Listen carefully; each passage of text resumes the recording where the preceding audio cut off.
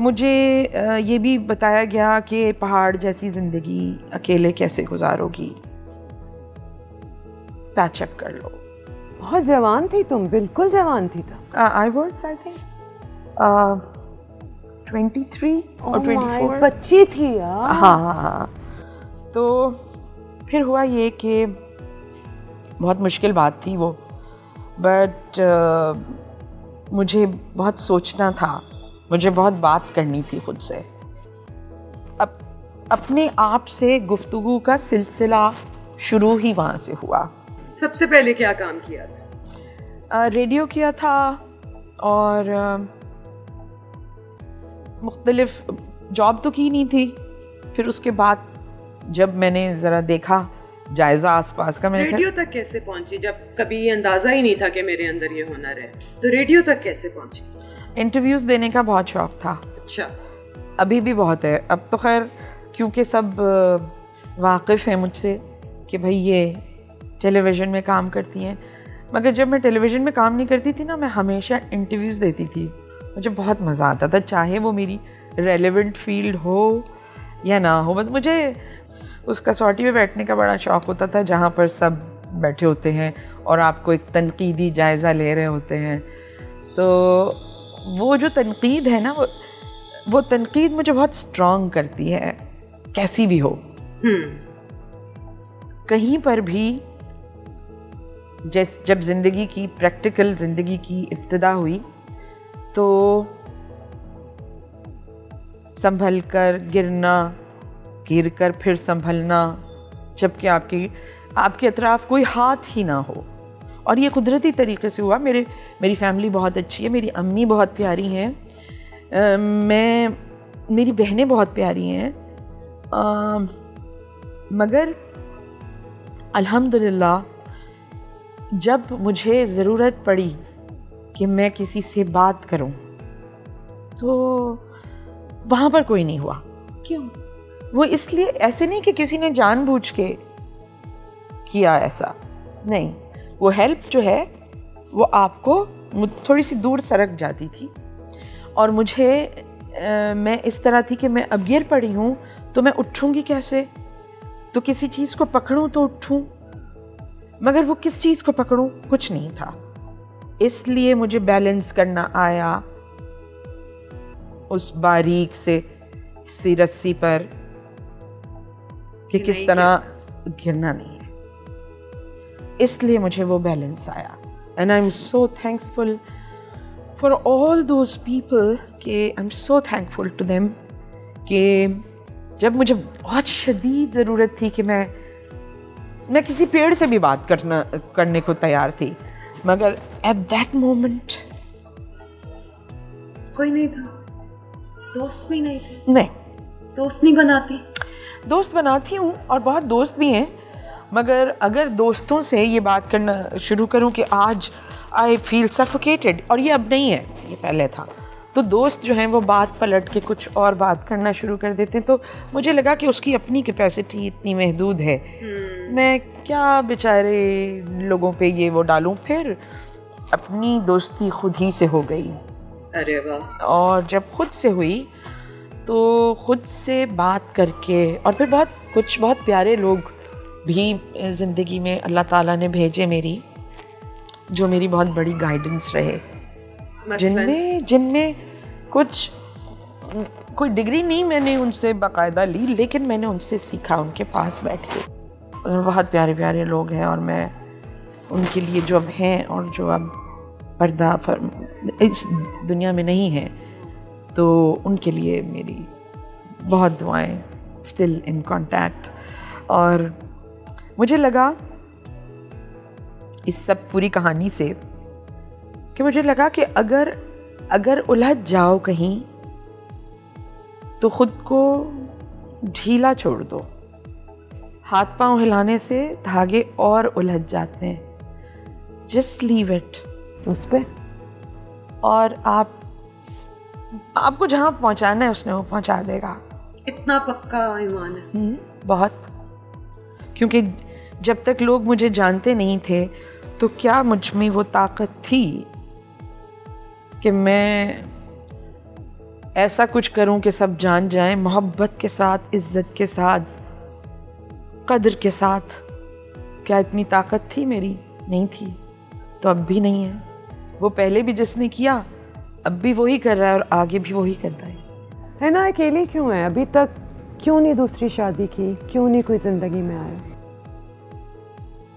देखो, अब तक तो मैं एक ड्यूटी पर थी कि मुझे मुस्तफ़ा की परवरिश करनी थी, और उस परवरिश में मैंने अब खुद को डेडिकेट कर दिया। जब डेडिकेट कर दिया तो दूसरे कामों में भी मसरूफ़ हो गई, फिर वक्त ही नहीं मिला। फिर यूँ हुआ सोच ख्याल ही नहीं आया, वो टाइम ही नहीं मिला। अकेले बैठती थी तो पढ़ती थी, बहुत सारे काम हैं, मतलब पेंटिंग, ये वो। अकेला होने नहीं दिया मैंने शायद खुद को। लोग मिलते तो होंगे, ये तो नहीं हो सकता तुम जैसी औरत और लोग पीछे ना आते हो। मिलते तो हैं कोई पसंद नहीं आता? नहीं, बहुत अच्छे अच्छे लोग हैं, सब अपनी अपनी जगह बहुत बहुत खूबसूरत। तो फिर क्या नखरा है आपका? निगाहे शौक अभी तक किसी तलाश में है, तेरा जमाल तेरे खद्दो खाल अपनी जगह। अरे वाह, क्या तलाश कर रही है ये नाम? मैं जानना चाहूंगी। बिलीव मी, कुछ भी तलाश नहीं कर रही, कुछ भी तलाश नहीं कर रही। मैं सिर्फ बैठी हूँ, बस यूं ही बैठी हूँ, शायद कहीं खुले आसमान के नीचे। वो देख रहा है मुझे, उसने जो मुझसे काम करवाना है, जो मुझे देना है, जो वो देगा तो उसकी मर्जी, और जो नहीं तो उसकी मर्जी। लेकिन अल्लाह ने हाथ पांव मारने से तो नहीं रोका हुआ ना? आपकी अपनी भी तो कोई कोशिश होती है। सब कुछ ही अब छोड़ो कि मैं आराम से बैठी हूँ, खुद ही हो जाएगा, यूं तो नहीं ऐसे ही होता है मेरे साथ। मैंने तो कभी किसी कैरेक्टर के लिए कोशिश नहीं की, मैंने कभी किसी से नहीं कहा मुझे भी चांस चाहिए, मैंने कभी किसी से नहीं कहा कि मुझे भी इस स्टेज पे ऊपर चढ़ा के बिठा दें। ये मेरी ख्वाहिश ही नहीं है। क्या ज़िंदगी से चाहती हो? कुछ भी नहीं। ये मेरी ख्वाहिश नहीं है। मेरी ख्वाहिश उस फोकस होकर, अपना फोकस उस चीज़ पे रख के, जो भी चीज़ मुझसे करवाई जा रही है उसको मैं उस, may be I am a perfectionist, तो मैं, और दूसरों के लिए नहीं हूँ मैं परफेक्शनिस्ट, अपने लिए हूँ।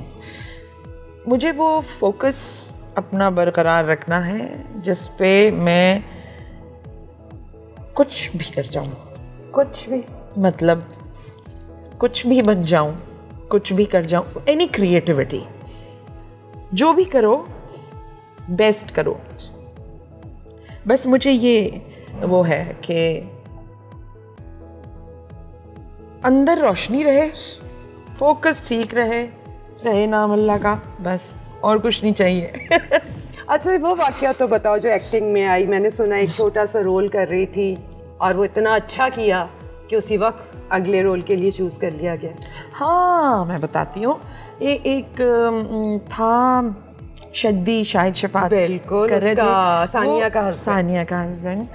सानिया भी बहुत उसमें थी, वहाँ मेरी उससे मुलाकात हुई। बहुत ही प्यारा कोई इंसान है सानिया, बहुत प्यारी। She great woman. I love you Sania. We all love you, We all love you।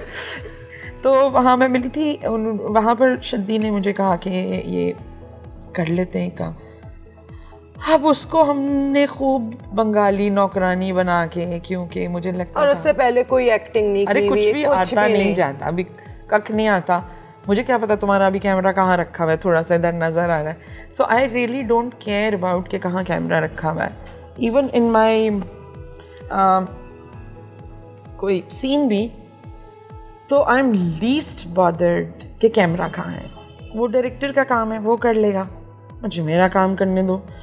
अच्छा, तो उसमें फिर ये था कि छोटे छोटे ग्लिम्सेस शद्दी ने बहुत अच्छा डायरेक्ट किया था।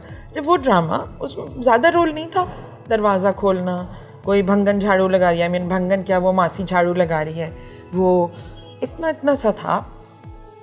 और पैरों के शॉट उसने लिए। वो हमारे यहाँ एक बंगाली नौकरानी थी, तो वो उनके पैर हमेशा खुले खुले से रहते हैं, तो मेरे जहन में वो था। So you are an observant woman. या ओके, ऑब्जर्वेशन मेरी हमेशा से बचपन से बहुत, because I think it's again because of my father. Okay, फिर फसी ने देखा वो, क्योंकि फसी ने लिखा था वो ड्रामा बबल जिसमें सानिया थी और याद नहीं मुझे कि कौन सा। तो जब वो देखा तो फसी ने कहा कि ये तो बहुत अच्छी परफॉर्मेंस है। मुझे बंस रोड की नीलोफर एक प्ले था, मुझे फसी ने कहा था, मैंने सोचा कि नहीं, मैंने मज़हर से कहा था कि मुझे ना यही खातून चाहिए इस किरदार के लिए। उसके बाद डर लगे हैं टीवी में, मुझे तो पता ही नहीं देखना कहाँ होता है, यूं या यूं, और अभी भी नहीं पता। मैं नहीं मान सकती, इतनी ग्रेट परफॉर्मेंस आप ऐसे ही तुक्के पे तो नहीं दे सकते। तुक्के पे होती हैं अच्छी परफॉर्मेंसेस के लिए या अच्छी क्रिएटिविटी के लिए, आपको डिस्कनेक्ट होना ही पड़ता है।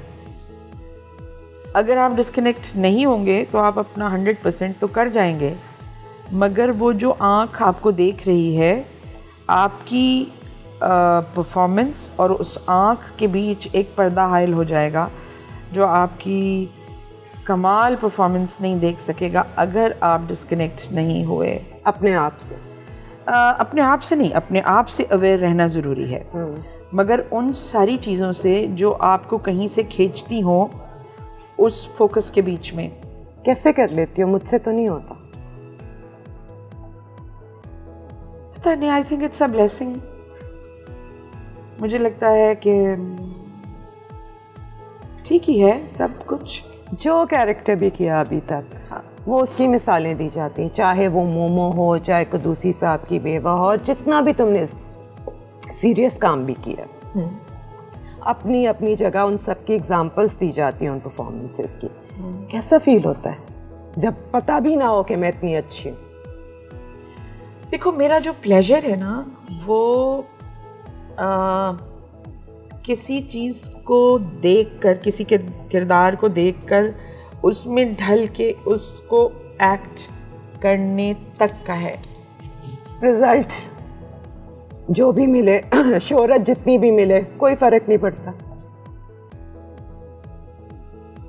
मालिक दा कम फल फूल लाना, बस शुक्रगुजार हो या ना ला। अल्हम्दुलिल्लाह रब्बिल आलमीन कि ये मुझे मौका मिला कि मैं अपनी ज़ात के अंदर से निकल कर कोई और, किसी और की खुशी या किसी और की एंग्जाइटी या किसी दूसरे ज़िंदगी की वो महसूस कर सकूं उसको। And I have been through this.